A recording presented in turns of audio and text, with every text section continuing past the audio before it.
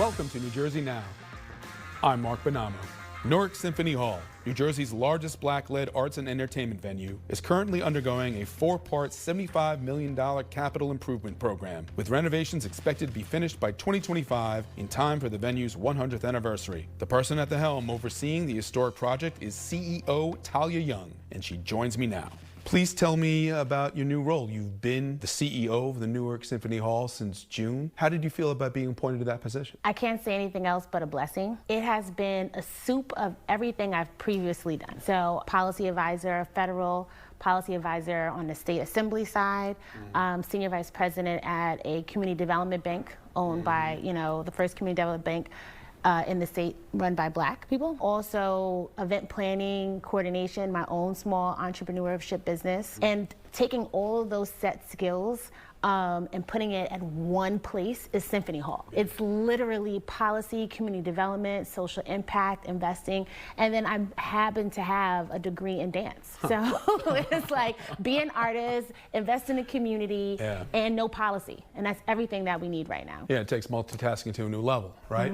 Now, part of your task is to try to generate funds for Newark Symphony Hall. You managed for fiscal year coming up in New Jersey to get another $4 million for Newark Symphony Hall. How did you do that? Boots on the ground, advocacy. Originally, we started in creating a small team of really community advocates to make sure our message was out there clear. We needed to restore our anchor institution because what that anchor institution does is impact the whole district, right? And we changed the narrative of just restoring a historical building versus restoring a community. The downtown arts and entertainment district on the southern end of Broad Street. So when we looked at what the community need, what the district need, and what it would do impacting the restoration of the historical building, they understood the scope of the investment, right? And it's not just the small brick and mortar, it's a whole downtown community. So we got the relationships, we went down to Trenton, advocated, communicated our story, and I would say under the mayor's leadership and under this governor's leadership, they have been advocates on investing in Newark Symphony Hall. Total, we've received $16 million over the last 3 years. So it's not just a one set investment, it's okay, bring the money in. We've shown them that we can apply the money immediately to restoring spaces in our building. So I think it's the continuing story, the advocacy, but also understanding it's a full community investment and not just one building. Now, phase one of the restoration campaign has been completed, and that focus of that work was primarily on the Terrace Ballroom. Yes. Tell us about the history of the Terrace Ballroom and tell us about some of the details that you put in to making it to what it was. It's amazing that sometimes brand note is stronger at the Terrace Ballroom than Symphony Hall because of how many programs, history, band, entertainments, galas, functions, and activities has happened in the Terrace Ballroom. Otis Redding, Celia Cruz, Johnny Cash. Think about the big bands.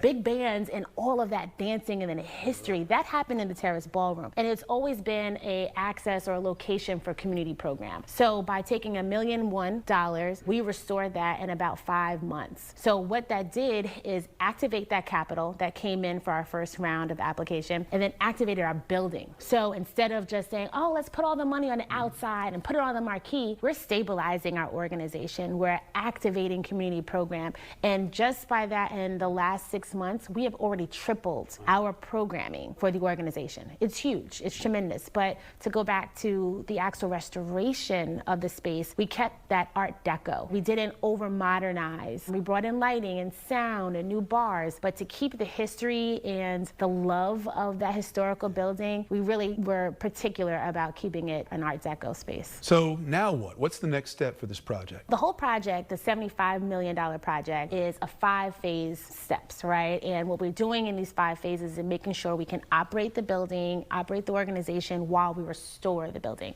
So I'm very excited to announce that next phase will be the Arts and Education Lab. That's 18,000 square feet on our 4th and 3rd floor, dedicated to arts education, access to cultural programming. The history of Newark Symphony Hall used to have New Jersey Ballet perform and teach classes there. New Jersey Youth Symphony Orchestra used to practice there. So what we're doing right now by restoring this 18,000 square feet of space is opening our doors again to the education component of it, and then being very intentional about local access. We want Arts High, Newark Performing Arts Corporation, the schools in the district, the schools in the region to be able to come down to Newark, downtown, and have access to it and not have to go to New York City and bring that technology and all of the aspects of the creative placemaking, right? Because there's also the magic that we have at Newark Symphony Hall. And it really is magic that in between our walls, you can produce a movie, you can produce a television show, you can showcase a play, you can rent it out for a program.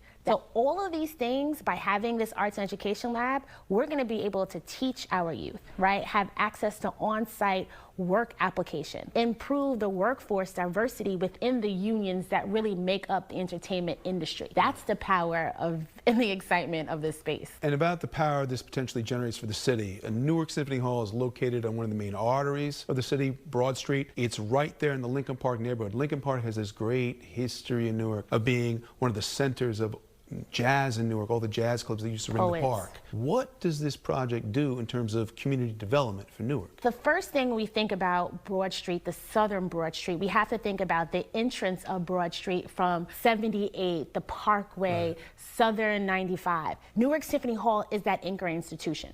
So if you invest in that anchor institution, everybody, the workforce, entertainment industry that are coming into the next acres, which is Prudential, NJ Pack, the museum, they're touching and passing by us first. So that is a huge investment. And then also by 2025, we're gonna have about 700 new resident doors in our neighborhood. Development is happening there, already slated and approved. So what's the quality of life factors? Also in that neighborhood is the largest cluster of senior housing. So there's a food desert.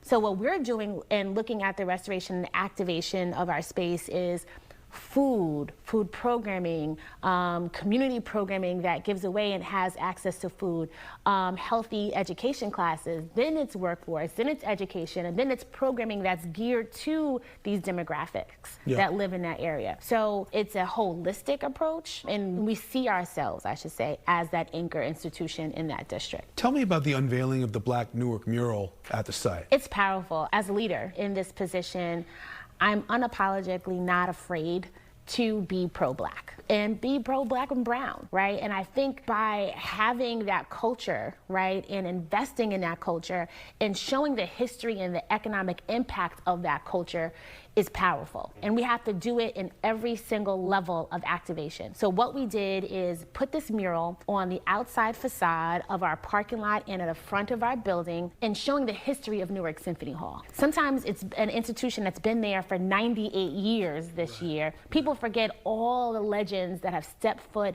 changed culture, were on the stage and impacted not just Newark, but our whole culture, right? Jazz, hip hop, we have Queen Latifah, Celia Cruz used to be a regular performer. She's on the building. Trumpet players, Jimi Hendrix. When Martin Luther King was assassinated, the next day Jimi Hendrix performed at Newark Symphony Hall. He is on our building. So one, we're beautifying our space, we're activating our space, but then also telling the history of Newark Symphony Hall. Now, this mural talks a lot about Newark's performing past, but how do you think this mural can inspire Newark's creative future, including the Black creative economy? The urban twist on all of the actual artwork is, you know, the graffiti, the vibrant colors. You know, we didn't dull it down just to show the history of it. Activating the space. Creative placemaking is huge in Newark. It's a city of artists. So we have to create spaces that it's affordable and accessible to the community so that economy grows. And we have been really invested in what the Black creative economy really is. We have an annual summit.